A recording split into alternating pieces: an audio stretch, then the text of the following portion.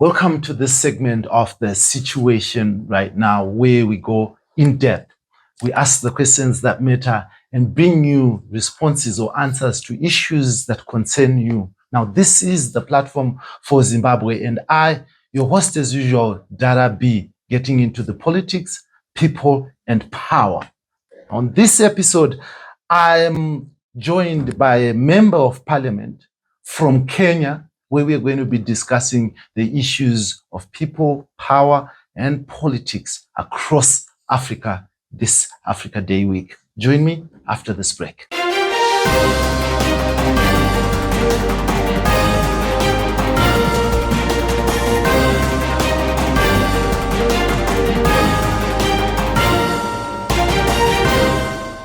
Welcome back to The Situation Right Now. With me, your host as usual, Dara B, Blessed Mhlanga. Now, on this episode, I'm joined by a member of parliament who is nominated to the 4th Senate in the 13th Parliament of Kenya to represent persons with disabilities, women, and youth. She is a renowned advocate for diversity and inclusion. On the Times Magazine Top 100 Most Influential Leaders of 2024, she was nominated there. And as a disability rights champion, inclusive mobility expert, accessibility auditor, and award-winning musician, she leverages her diverse background to promote equity and freedom. Now, this is Senator Crystal Asige. Thank you and welcome to Zimbabwe. Thank you so much. Beautiful. Now, you've been in Zimbabwe. Tell us why have you been? What are you doing in Zimbabwe? I was invited for an Africa Day celebration, and because of, well, I suppose my profile, they found me as fitting the particular celebrations that were happening here, because of course I'm young. I very much advocate for youth issues, inclusion, disability, issues about gender. And so I was invited. I got the invite from a member of parliament here in Zimbabwe, and I came for the event. How was it? How was Africa Day? You spent Africa Day here in Zimbabwe, right? Yeah, it was interesting. It was interesting. I've learned a lot. This is my second time in Zimbabwe, but first in Harare. And because this is the center of, politics, leadership, economy, things of the sort, it was a different experience for sure. But I found it engaging. I've met lots of youth, lots of young people from different SADC nations also were in attendance at this conference, and lots of energy. I've really enjoyed seeing the similarities and the differences between Kenyan youth and SADC youth. Yeah, no, let's talk about the young people, the youth. Kenya was on fire just around last year because the youth took it upon themselves to teach Parliament a lesson. Yeah. Let's talk about that. Yeah, it was a fiery 2024 for sure. And I think that young people are the salt of the earth. We're the golden jewel of Africa. And with over 1 billion of us in Africa, 70% under 30 and 60% belonging to us here in Africa, I think that youth know how to pursue until something happens. And we're not just a statistic, we are a testament to the power that the future can hold because of us being right here and right now. Yeah. But the youth, the big population, as you say, they're not the ones leading the narrative. Even when they go and vote, they don't vote for each other. What's the problem? Do you see this in Kenya? Yeah, when I speak to youth, and being a young person myself, a lot of the issues surround confidence. Confidence because I guess we have been conditioned to believe that we can't do it, and it's not our time yet, and that we should take a backseat and wait for our turn. For who? Well, this is the thing. This is part of the conditioning, isn't it? It's part of the psychosis that is imposed on us by, old guards. And so there comes a time where we sit down with young people, and they basically, what I deduce from those conversations is that we're looking for somebody else to do it because we're not sure that we can do it, because that we've been told for so long that we can't. And so looking for a savior, having this complex of that person can do it better, or that person is more educated, or that person has more connections, is something that I think plagues all of us, not just in Kenya, but I think across the continent, that prevents us from taking up leadership positions. Now, did the demonstrations in Kenya, which were violently, suppressed by the state, by the machinery of the state, did they achieve what they intended to achieve? Well, absolutely. I think that they did achieve it. The finance bill was not assented to by the president. And remember, the first hashtag was Reject Finance Bill 2024. So that was the zeroing down of them, or rather the culmination of them zeroing down on that hashtag. And it happened. The president did not assent to last year's finance bill. And then that metamorphosized into new hashtags with accountability at the center, with governance issue at the center, with corruption at the center. And I think that young people absolutely took the lead in that. They were leaderless, fearless, they said partyless, all of these less, but what they were full of was pride and courage. And I think that the resilience that they showed on the streets, online, as a group, as comrades, reverberated across the continent. But why did Parliament pass this bill in the first place, when Parliament is supposed to represent the people? So does the Parliament of Kenya represent people's interest? Well, I think, as it is across Africa, there are issues of capture of Parliament, and that is something that we were fighting very, very strongly against. Even though constituents were telling their leaders, look, we don't want this bill. It imposes too much stress on us. Already we are economically impoverished. There are many issues of high cost of living, many issues on taxes, businesses that are not thriving at all, many of them belonging to young people. And we're trying to tell you that we don't want this thing. But of course, because of powers that be and instructions, I suppose, from different parties, different factions of political corners, telling MPs, this is what we need to do. The youth, especially Gen Z, who are the sovereign power, power belongs to the people in our constitution under Article 1. They decided we need to exercise this to its full extent. And so it didn't actually pass, though they were trying to pass it. Young people went to the extent of saying, if we see you on this live stream of the sittings in Parliament, vote yes for this, we will come. They were saying kukusalimia. Kusalimia is we'll come and greet you. Wherever you are, we will look for you and come and greet you and let you know that what you did was against what we wanted. Well, we will come and greet you. But this capture, who's capturing Parliament? Because Parliament is supposed to be the servant of the people. It's supposed to be the voice of the people. It is representative, right? Yes. And you say it's captured. It is captured in that we have, unfortunately, a legislature that I'm a part of. I'm in it, and so I see it every single day. A legislature that, unfortunately, by and large, have members that do not make decisions independently. And that's the truth. I think that it's seen, it's clear, and everyone knows it. Unfortunately, their instructions or their motivation or their intention does not come straight from the ground. So why do you keep voting back these people? Why do your citizens in Kenya keep voting people who have not their interests at heart? I would push back on that and ask, are they really elections or are they selections in Africa? Because is it really a democracy when each party produces one or two, for example, people to take positions, to take leadership seats, and those people, because they are generated from a particular party, then that means that we are not choosing from the populace, is what I'm saying. We are given people who are already predetermined for us to then choose between A, B, or C.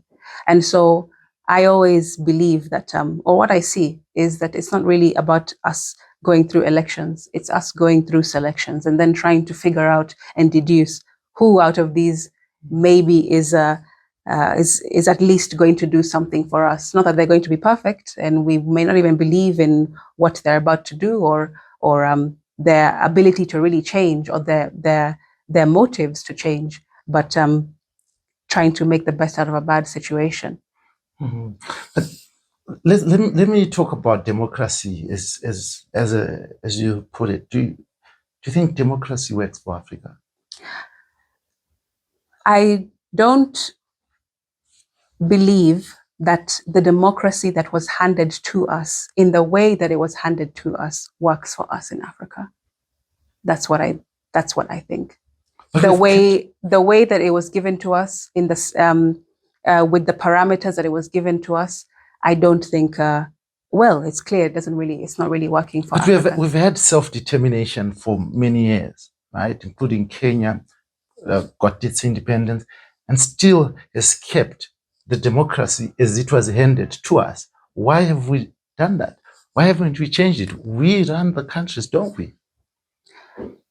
You're in parliament. There are a few people that run these democracies. It's not the majority. That's my belief. And yes, colonialists came and they did what they did. We all know the story. And when they left physically, but they did not leave mentally. They did not leave the environment completely. And in fact, I would argue that neocolonialism is not something that comes from some other part of the world. I believe that neocolonialism is, for example, the slaves who are the housemaids or the house slaves who have now been able to gain access to knowledge. They were in proximity to colonialists, so they understand things that the slaves outside working in the farms never got to understand. And that, for me, if that makes sense, is more of what I see as neocolonialism. The new colonialism is those who had access to information back when we were all gaining independence. Those few Africans, Kenyans, Black people who had access to these conversations, these ideologies that came from the West, and Wazungus left, but they became the neo-colonialists. But if I push back and say that this democracy that we say doesn't work has been kept in place by the new African leaders who believe it serves their interests, and they're able to manipulate it so that they remain in power, even beyond their sell by debt, to corruptly acquire wealth. And as a result, this impoverishes Africa. What would you say? I would tend to agree. And I think that one tool that has been used to perpetuate that is education, or lack thereof. And further to that, I think there's a big difference people need to understand between education and knowledge, because education as well is something that was given to us by colonialists. The way it is structured right now, the systems that you see, education, right? Because our ancestors, we didn't used to sit in rows and columns in a room and look forward and listen to one person speak and cram information, if you see what I'm saying. So I think that education as well has been a tool to perpetuate that type of democracy, or passing it down, handing it down from generation to generation, to make us believe that that is the democracy that works. That is the democracy that we should continue pushing forward and using to gain a perceived version of independence, and not real independence. It's an illusion of progression, I think, because education is one thing, but knowledge is what we don't have as people in Africa. Knowledge is what they keep from us. They distract us with chaos. They distract us with education, books, and ideology that doesn't belong to us. But underneath that, the knowledge is what we actually need in order to liberate ourselves. And I feel as though the majority of us, those of us who are not in the 1%, are really struggling and starving for knowledge, not education. I've heard this kind of talk from other people, before us, and we continue to repeat it. when are we going to actually do this and stop, studying our problem? I think it's important to do it now. For me, it's something that is hinged on my work, my mandate. I always say we must move from words to action, because we've been talking and we've been talking and we've been shouting. But what about action? And I always want to encourage Africans, Kenyans, from wherever you come from on this continent, to stop agonizing and start organizing. We must begin to organize, because that is the only way that we will be able to move into being stagnant and being static and a lot of talk and chatter into now change. Because I feel like we want to change without changing ourselves. We want change, but we don't want to be changed ourselves. This is relevant or apparent when you see new crops of leaders getting into leadership, but somehow when they're in there, they get turned. They came with a mindset or a rhetoric that said, I'm going to change. When I get in there, this is what I'm going to do. But once they get in there, they are acquiescent, I suppose, or somehow the system gets a hold of them. And I, as a person with disability and as a legislator myself, I'm a first timer in Senate, in politics as a whole.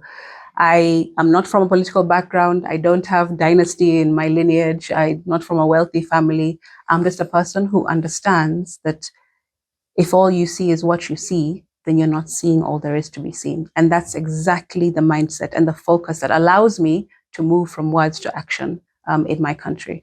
Let's talk about the level of corruption in Africa and maybe in Kenya. How deep is this problem in Kenya, if it is there? It's everywhere. It's everywhere. It's not a secret that it's everywhere. We struggle with opulence. Even in the papers today, I've just been reading before we started many stories with regards to corruption, with regards to impunity, court cases that have released people who the Kenyans feel that they should be in court and convicted. There's a lot of issues, and corruption is not something that is new to Africa at all, or it's not something that is unique to Kenya. I think that what is unique, perhaps, like you said, from the protests of last year, is a generation that is now willing to stand up and willing to say, you know what, we would rather die on our feet than to live on our knees. That is what young people in Kenya have shown the world. And I see the same happening here in Zimbabwe and many other countries where young people actually are having agency and urgency, because those two things have to go hand in hand. Our forefathers, our past generations perhaps were held back and tied by fear, tied by feeling the feelings of, if I do this, this will be the consequence and my family will suffer. But I think that now, when you push somebody to the wall and they have nothing left, then all they will do is to charge forward. And I think that young people in Kenya is what they're doing in terms of corruption and every other ailment that we have. They don't have fear anymore. The clampdown that happened in 2024 did not affect them. I mean, we saw pictures of young Kenyans. Some of them appeared to be even smoking tear smoke from the tear canisters, and throwing them back. But after, did that not send some shivers around, the youth to say, the state will come after you? I think fear is always used to subdue any type of uprising. That is in the playbook of many dictatorships, many leadership regimes in the past across Africa, across the world. So it's not something that's new. I'm trying to really underscore that. But the point is that once you saw young people in their thousands, not just in Nairobi or in the big cities, across all our 47 counties, come together and unite and say, we are going to organize, we're going to get on X spaces, we're going to get on WhatsApp groups, we're going to use what we have to get to where we want to be, which is for our voices to be heard in Parliament to say, we do not want this finance bill, and we want better governance, and we want more accountability, and we want answers to our questions. We are no longer, as young people, saying, you just come, tell us what you want to tell us, spew rhetoric that you want to spew, and then we'll listen, clap, and go home. No, now we're asking questions, because through that uprising and the movement that has been created through Gen Z last year, it still reverberates until right now. I hear politicians all the time around me in Parliament and elsewhere saying, I'm not too sure about this politics. I don't know if I want to run again because, things are really, they're different. These young people have done something different, and we don't think that it's status quo anymore. Yes, they'll come and greet you. But how committed is your president, William Ruto, His Excellency William Ruto? How committed is he in fighting corruption? I wouldn't be able to speak for William Ruto on how committed he is to fighting corruption. I think the evidence is in what you see. If corruption is still ongoing, if abductions are still ongoing, if, for example, we just had the other day, last week, an activist go to Tanzania to observe the trial of Tundu Lissu, who is an opposition leader in Tanzania. There's a lot going on there, and in that particular exchange, our activist who was just going to observe that trial was captured, tortured, together with another activist in Uganda, who is actually my fellow honoree on the Time 100 list of last year.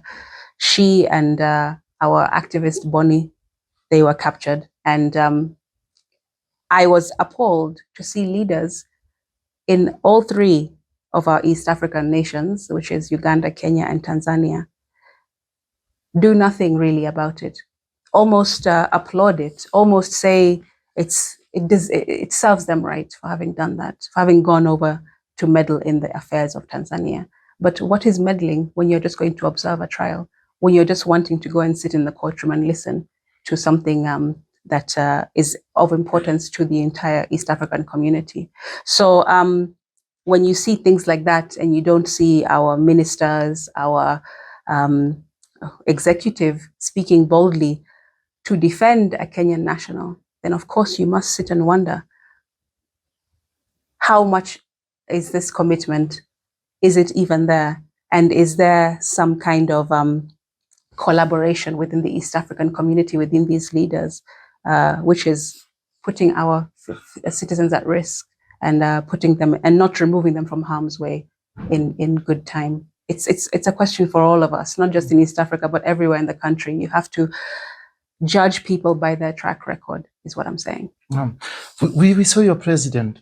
We have our own problems here in Zimbabwe, and there has been a whole lot of talk about one of our Zimbabwean businessmen, Wicknell, and we've seen your president taking pictures with him. And in Zimbabwe, he has a track record of not fulfilling tenders, allegations around that, allegations around corruption, which have been raised in a report, a financial report by South Africa, which says that there could be issues around money laundering. Are Kenyans worried about these associations? I did see headlines and a few stories in Kenyan outlets and Kenyan publications about this relationship. I personally, I'm an opposition, by the way. I'm in the opposition, and my work is very focused. I do look at it, of course, with the same concern as everybody else looks at it. We, of course, wonder, with different sayings of birds of a feather flock together.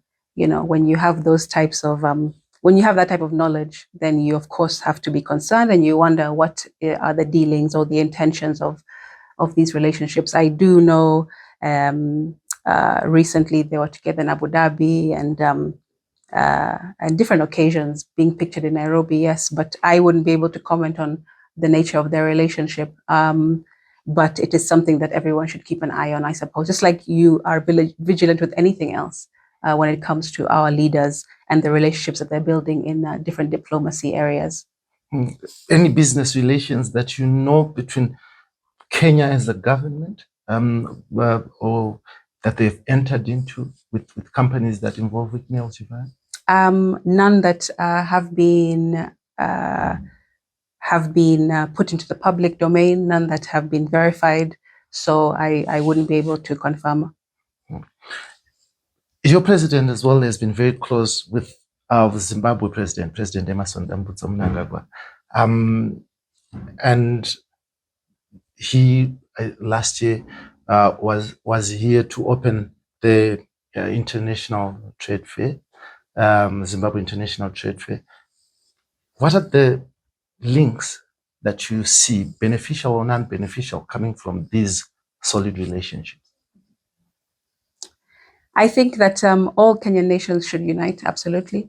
I think that the different regions, East Africa, SADC, Sahel, all of them, we need to move to a place that was envisioned by our predecessors, by Nyerere's and other freedom fighters that came before us, which is to create one Africa. So when there is events or functions or meetings that propel that vision of unity in the continent, I will be for it. If there are sideshows and speculations of something more nefarious that maybe is going on behind the scenes or bubbling underneath those relationships, that of course needs again to be looked at with vigilance. But heads of state will meet, and if it is to open up trade lines and to secure bilateral agreements that will further and improve the economic freedom and liberation of our continent, then I am for it, absolutely. I would not, of course, encourage. Let me say it like this, actually, that we have a lot of distrust amongst us in Africa. Young people don't trust when almost anything happens because, I mean, it's rightful because of the history that we've been subjected to. So when we do see something, we have to question it. And I am the kind of person who encourages asking questions, putting people to the fire, making sure that you leave no stone unturned. So yes, in that regard, questions should be asked. But in the regard of, hey, this is going to improve our relations, diplomatic ties, foreign relations, opportunities for the different regions to come together and open up the borders, improve trade agreements, I will be all for it. Amazing. Having been in Zimbabwe and coming from Kenya, what parallels can you draw between the two countries in terms of the issues that we're discussing: democracy, corruption, and the youth participation in politics? The parallels I draw are a spirit of awakening. That is one thing I've seen in both countries, certainly, amongst the youth, amongst marginalized groups in general. I think there is something that is shifting. And I think maybe this year is the year of truth. This year is the year of uncovering. Of course, it has spilled over from last year and the different scenes that we have witnessed in both countries and in different countries across Africa. Another parallel that I do see is the willingness to collaborate. Young people really are really wanting to collaborate. They want to know their neighbors. They want to understand what is it that makes you unique as Zimbabweans? How is it that we can tap into it as Kenyans? What can we do together to further our agenda, our common agenda? And another thing that I do see is a natural attrition, meaning because of time passing, eventually the old guards will die out. They will move into the background just naturally. and young people then have a lot of space in order to step into. They'll be old then, eh? They won't Correct. be young. That's what I'm basically saying, and it's natural. It's nothing that can be stopped. And young people will then have the opportunity to take space, to take up that space. But now is my question always is to young people and to myself as a young person is: are you ready to take it once it's there, once it's right in front of you? Are you prepared? Are you ready to take it with confidence and not wobble, not doubt yourself or belittle your abilities? Are you ready for that? That is now my question, because I feel that that is something that's common between both countries. Well, that's why I said earlier about agency and urgency, because when the time comes, when the ball is passed over to you, are you going to catch it? Are you able to catch it? And I feel that young people have the ability to do that. I think that it is up to those who believe in liberation and have, unity of purpose to guide young people in both of our countries and all countries in Africa, so that there is that transition that is smooth and that will be sustainable and resilient. Battles of the past have been used. In Zimbabwe, for instance, the liberation war that was fought has been used to justify the stay in power for some people and the refusal to let it go. We fought for this country. We died, our friends died for this country, and therefore we have the right to rule. Is there anything like that in Kenya? I don't feel that it's the same in terms of our freedom fighters. There isn't a sense of holding on tightly from our freedom fighters. There is that sense with political figures from the past who just, I think, play a game of musical chairs. It's just about, this time it's me, and then once I'm done, let's just change seats. And then we just, the same names in the hat are the ones which play these musical chairs over and over again for decades and decades. And I think that is coming to an end. Last year showed it to us in Kenya. I would hope that is something that is also being seen here in Zimbabwe and any other nation, just so that leaders can know that the musical chairs cannot continue. The music, we have now changed it. Music has to stop somehow. There's been a rise in military coups in Africa. So far, we have around 4 that have happened. Burkina Faso is one of them. Is this the alternative in Africa? I want to pose a question about military coups. There are a few that you've said that are significant or that are in recent memory here for us. But there have been several coups in the past, even in Burkina Faso, but they've not had the same media attention as this one. So I tend to ask myself, why is that? Why is it this time and this particular person, Ibrahim Traore, why is he in the headlines much more than other coup attempts, for example, in Burkina Faso or anywhere else? It's something that I'm curious about. Is it because the strings that puppeteer some of our nations have put or have seen that there is now somebody in place who is not willing to listen or who doesn't seem like they want to listen? It's just a question that I've been asking myself. But back to the original ask, I don't think that coups should be a staple in our nations, no, because that, of course, will destabilize a lot of things, a lot of processes in all of our countries. But if leaders don't want nations to get there, they must listen to their sovereign power. Who is the citizenry? They must. They absolutely must. And they need to accept that change will come.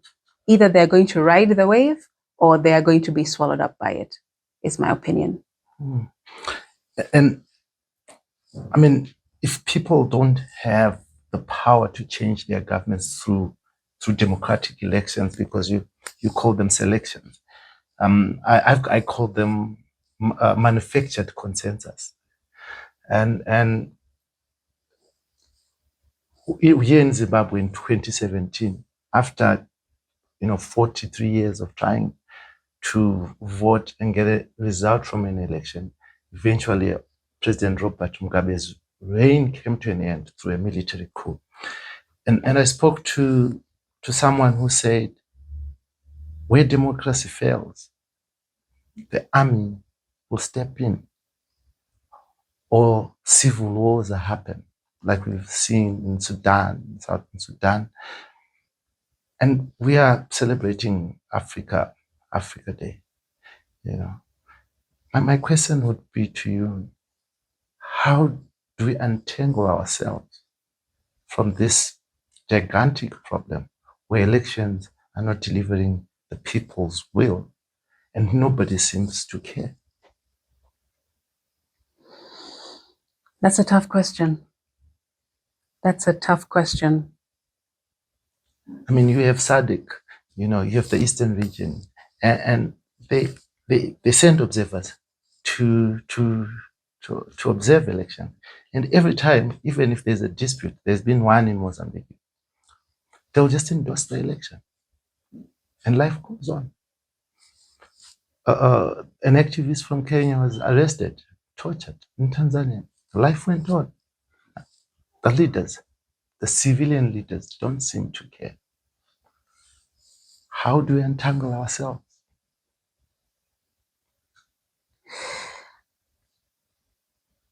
I believe that light is not a particle, it's a wave. And what I mean by that is that when you see light, it's not just one particle, it's not just one moment, it's not just one effort. Light is a wave. It requires one to build on the effort of another, to build on the effort of another, to build on the effort of another. And that's how progress and sustainable progress and long-lasting, I believe, progress comes to play. So, of course, there have been many losses. And like you've said, here in Zimbabwe, it's been over 40 years before a result was seen in the country. But that doesn't mean that we stop there. That doesn't mean that we give up and say it's not changing, and therefore let's take our foot off the gas. I think that this is the moment to continue to pursue. I have this acronym that I always use in Kenya, which is PUSH: pursue until something happens. And that does not have a time limit to it. It is not time sensitive. Pursuing until something happens means 1 year, it means 10 years, it means a lifetime, it means generations. Because you have to remember that those who brought a lot of this chaos to us, who are the West, they've had over 5 centuries of being able to develop their nations. We are very young, we're babies, we are 40 and 50 and 60 years old. But we have seen the struggles of those 500 years. Can't we just leapfrog with the information that we now have? Because they did 500 years because they were learning as they went. But we know, we have learned history. We know that for instance, we didn't have to start inventing a car. We just took one and started driving. We can learn from it and move faster. Yeah. Why aren't we doing that? Don't you think that we're moving faster? You don't think that there's been an acceleration in the last few decades? You don't believe that? You tell me. I feel like there has been an acceleration. I feel it in Kenya. I enjoy far more freedoms right now in 2025 than even my eldest brother, who is a decade or so older than me, would have enjoyed earlier. And of course, my parents, and of course, my grandparents. Absolutely. And that, to be honest, is a blink of an eye when you look at it from a macro level. So I don't want this idea or this notion of we're not doing well to permeate when we're having this conversation. I actually want us to look at it as we have leapfrogged, because it's 60 years and look where we are. Look at the West still coming seeking for our raw materials, seeking for our mines, our young people, our labor forces. And we're still giving them. We're still giving them, which is wrong. I think that also we also need to change our strategy. We need to shed off this idea of the Jesus complex, like they're the ones who know better, they have better, they understand better. Because you're right, we do have the advantage of leapfrogging and passing a few steps because of what we now have. We have internet, we have artificial intelligence that's also popularizing across the continent. We have spirit of young people and a lot of us as well, so, which should advance us much faster. And I think it is advancing us much faster. Senator Asige, we want to talk about how you ended yourself in Parliament, why you got into politics, because you said that behind you there is no, legacy of political participation. Just after this break, we are going to turn our focus from the politics to you.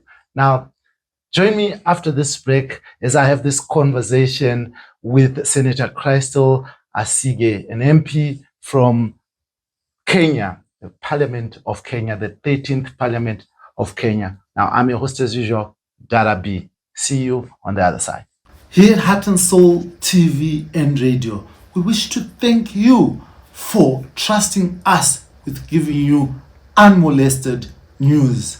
Now our YouTube channel has reached 100,000 subscribers and over 21 million views. Now this attests to that you trust us with your information. I just want to invite all of you out there who have not yet joined the bandwagon. Join our growing base of subscribers and viewers. Like our content, share and engage with us as we move the needle in the media industry. Now I, your host as usual, Dara B, and the head of news and current affairs here at Heart and Soul TV and Radio, I wish to thank you and assure you that we will always and always put you at the center of our broadcasting. We will always ensure that we serve the interests of our viewers with factual, professionally sourced, and accurate news. This is, and this will always be, the heart and soul of this nation. Don't forget to subscribe. Welcome back to The Situation Right Now with me, your host as usual, Dara B, and I'm having an amazing conversation with Senator Asige. You're a musician who's come politician. Let's talk about this transition. Yeah, or the balance. Yeah, I'm a musician. I have been singing for a very long time. My parents or my mother reminds me of the first time she realized I liked singing, which was when I was about 3 years old. I used to come home from nursery school, and instead of telling her about bullies or the things that I was upset about from nursery school, I would sing it. I would make a tune out of it and sing it to her. So since then, until even right now, very much love the stage, love everything about expressing yourself, going into character, and speaking or reflecting what is going on in the environment around me through art. Yeah. How then do you transition to politics?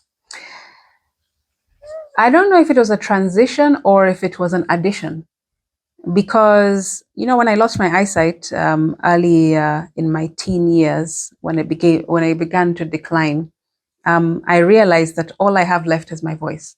I don't have my eyesight. I can't look to my right or my left. I had to accept that there are some abilities I would have to let go of.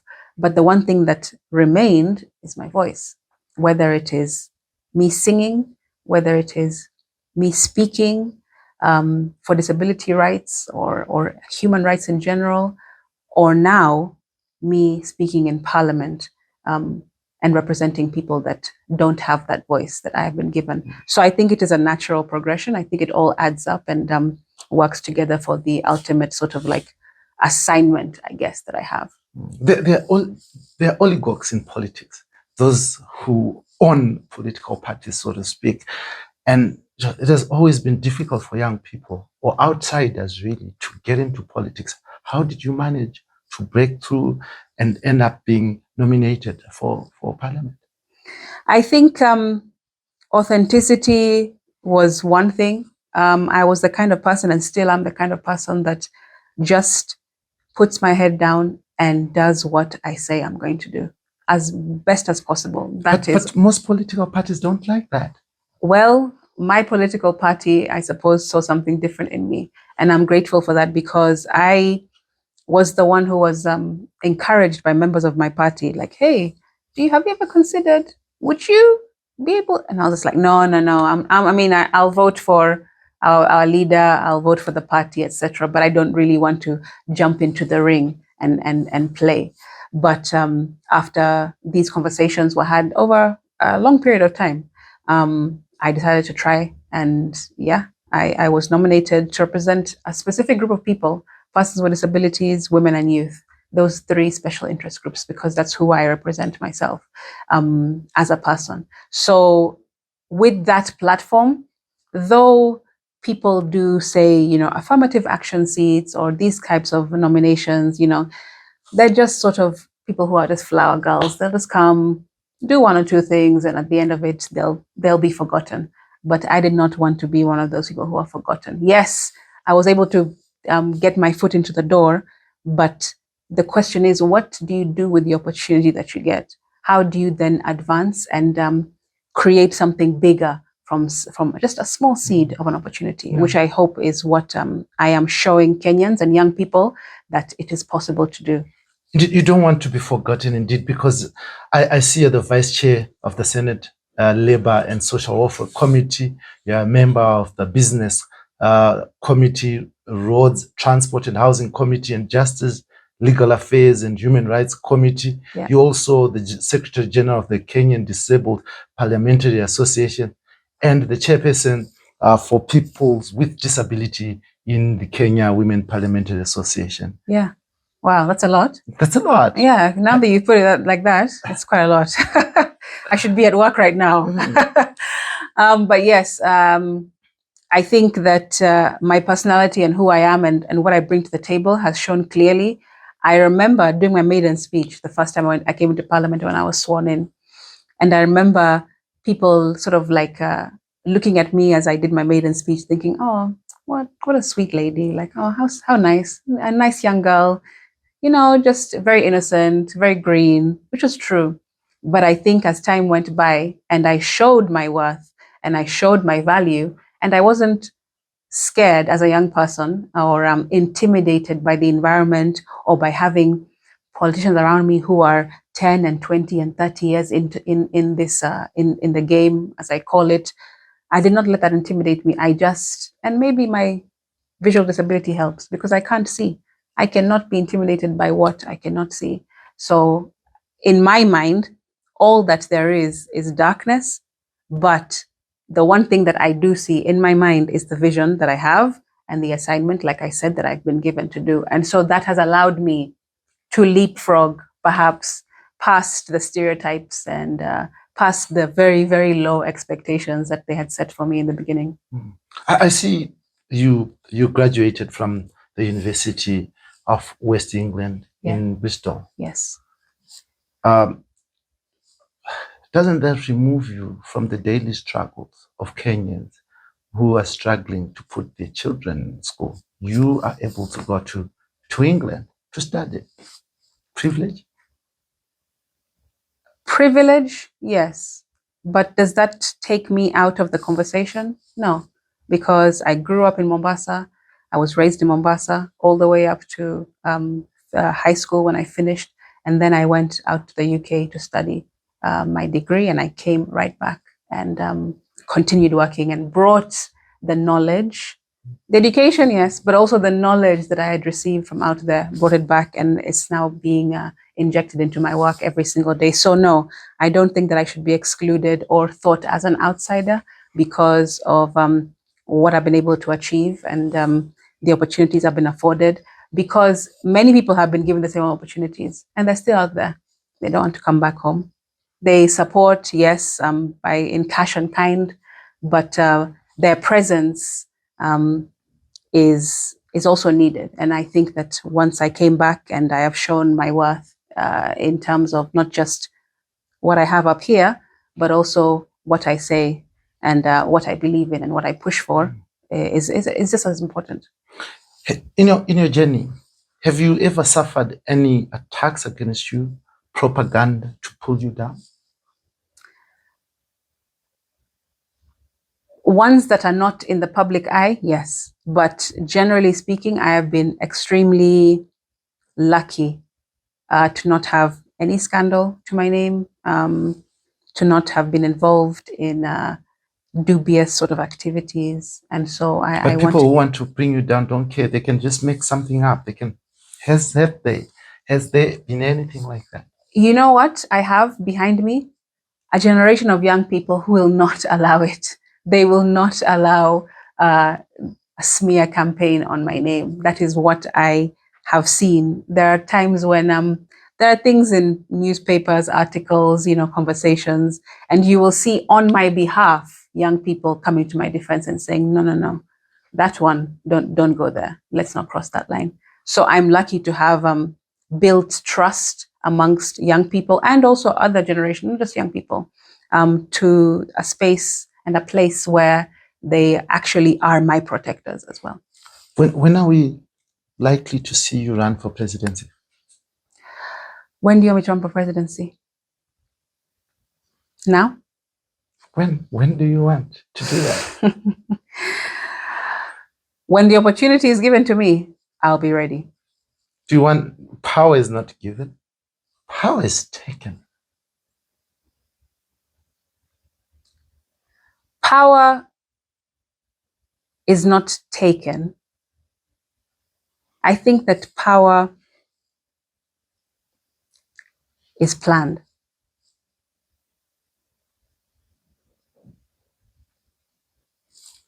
So you have the plan? There is a plan. There is absolutely a plan. Yes, there is absolutely a plan. And I want to be able to move from strength to strength. I want, for example, now I'm a legislator, so I write the law, and I've been able to pass the Persons with Disabilities Act of 2025, just assented into law just last month, this month, May. I write the law. It would be fantastic if the next step for me is to be the one to implement the law. That would be the natural progression, because the one who wears the shoe knows where it pinches the most. So I would like to be able to do that. And there is always a plan. You're talking about writing the law. Being a Harvard Law Fellow helps you understand this? Yes, my time on Harvard was great. Yes, the course that I was able to take was really, really good. I think that it taught me a lot, not just the knowledge that I gained, but also understanding how people work, and how to work people, I suppose. Also the art of communication is so important. Nations have been built and have been destroyed through narrative, through storytelling, through just by the power of someone's voice. So I think that young people as well, maybe I should say that it's very important to understand the art of communication, because there is no way that you will become a leader and remain a leader if you are not able to persuade and convince the masses to put you there. And that, of course, has to come through the art of communication. So all of my education, all of my experiences, my disability as well, has brought me to a place where I understand so many more things than I would have understood if I didn't have these opportunities. And I always want to make people understand and be convinced that my disability isn't something that I feel has held me back. Yes, it's been difficult. Yes, I've had struggles. Yes, it's been a real upward battle. But what I've gained, what I've learned, the things that I've been able to understand through my disability has much far-reaching consequences than those, people who look at me and think, oh, poor her. Do you feel disabled? I don't ever wake up in the morning feeling disabled, no. It's only when I walk out the door and I meet other people that they remind me that I'm disabled. I'm like, oh yeah, I'm disabled.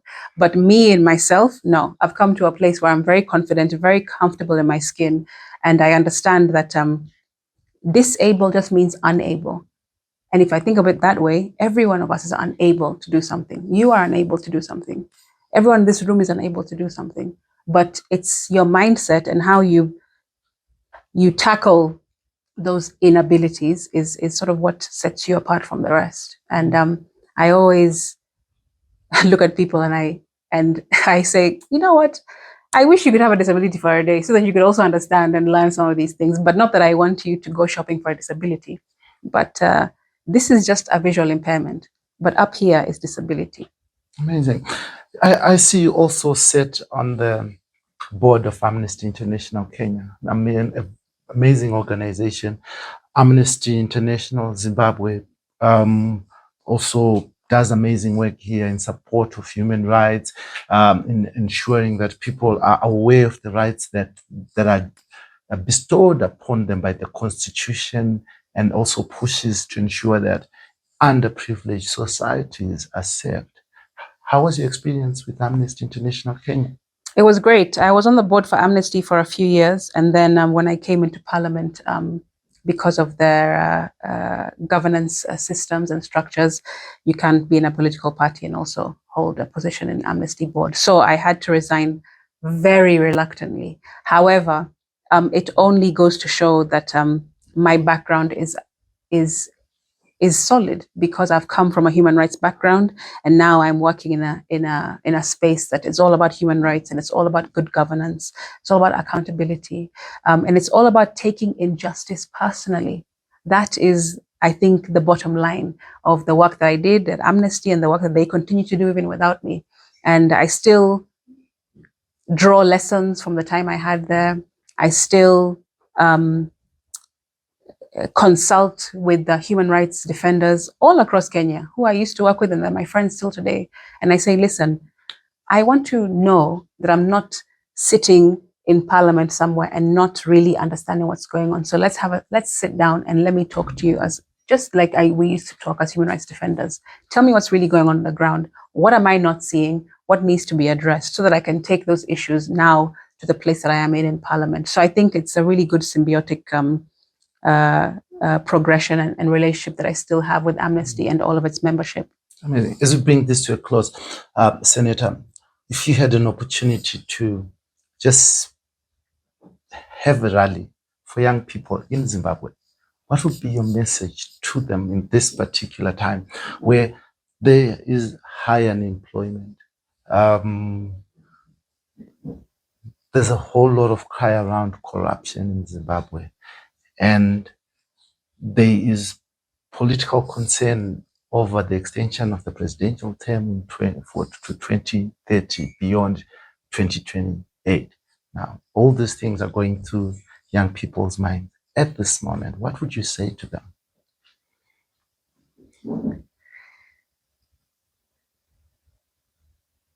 I would say that you're right here for right now, and that you have what you need in this moment to do what you want. There isn't a future without you sort of taking action right now.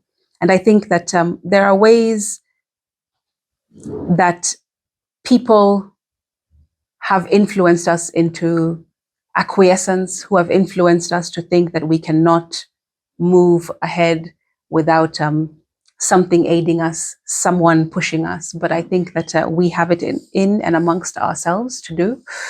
I would also say to young people that you must focus on one thing. Focus on moving towards one or two goals.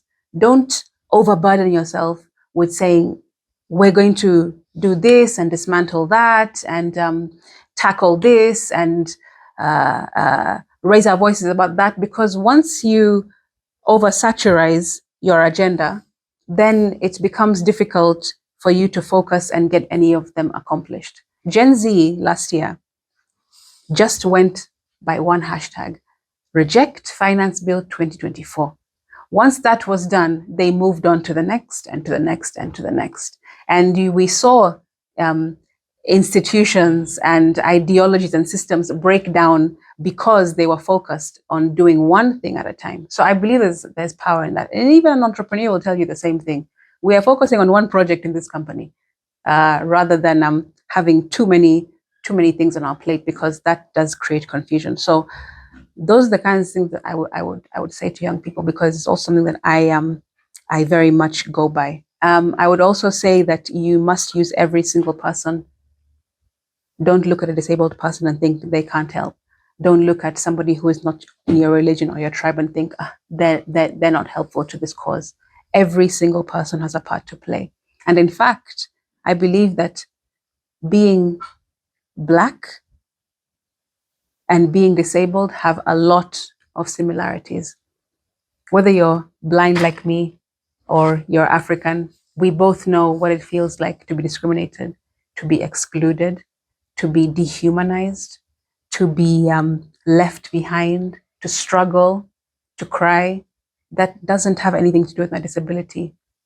And therefore, every single person has a part to play. So bring as many people along. Even in Kenya, I remember we had people with disabilities in the street protesting right beside their comrades, and they all got the job done together. Amazing. Now, if you had an opportunity, Senator, to grab the mic in front of all African leaders at the AU and address them, what would you say to them? So about Africa, what message would you want to give them? Wow, I would say a lot. I would say a lot, but the crux of it and the center, the cornerstone of my message would be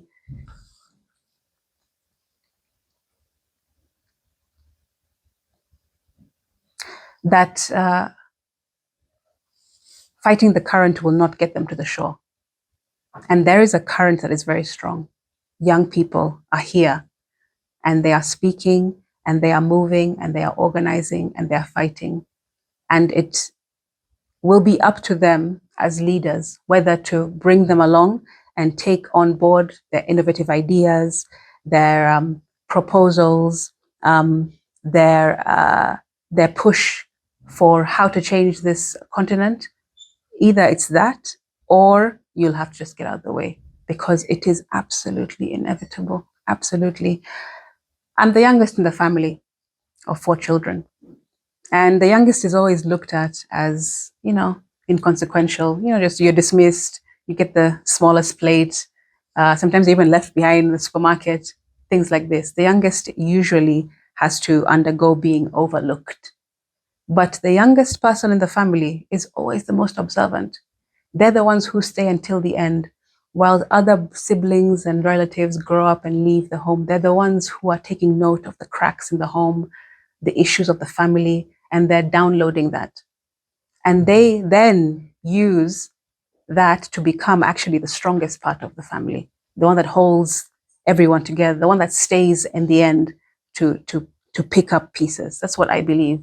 And the youngest people in Africa are doing exactly the same. And to the world, I would say the same message to leaders in the West, that Africa is, in quotes, the youngest continent.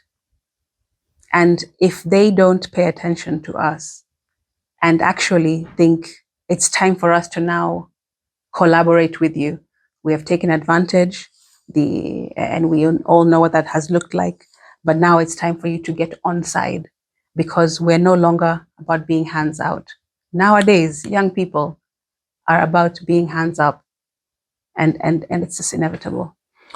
Amazing. I want to thank you so much for joining us here on Heart and Soul TV and radio, and having this conversation about Africa and your journey as a politician. Now, maybe as we close, maybe something that I didn't ask you, something that lies deeply on your heart that you would want to share, just under 2 minutes in your closing remarks. Oh, goodness. Do I have something that I want to share? I feel like this is deep. I feel like this will be my last opportunity to say something really. No, we'll give you more opportunities in future. To say something really that will reverberate, across Something the profound. nation. Yeah. Something philosophical. I like that. Can I read something instead? Sure, please do. Yeah, let me look. There's something. Yes. I want us as Africans and as young people to think about democracy and what we want it to look like for us so that it can work for us moving forward. And as a young person, I, of course, have my own philosophies, but I want to read Socrates' prediction on the fall of democracy.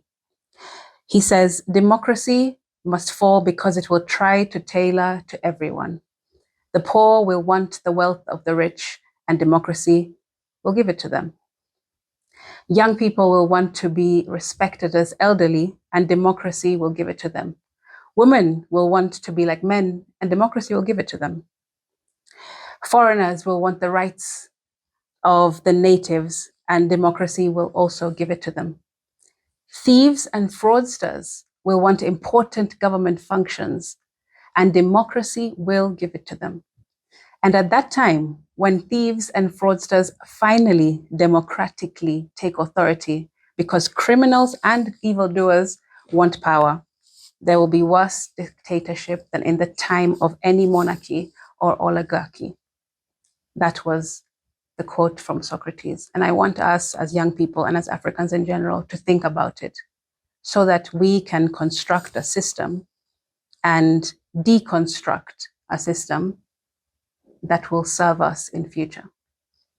I mean, I want to thank you so much. I enjoyed this conversation with you, and I hope our viewers at home will also enjoy this conversation that cuts across Zimbabwe to Kenya.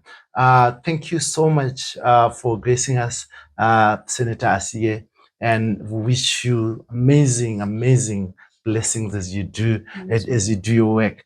And I hope to visit you at State House very soon. Thank you. You will have an invitation. Don't you worry. Beautiful. Now, this is and will always be the situation right now with me, your host as usual, Dara B. And we're having conversations about people, power, and politics. Young people, the message is there. You live for the now.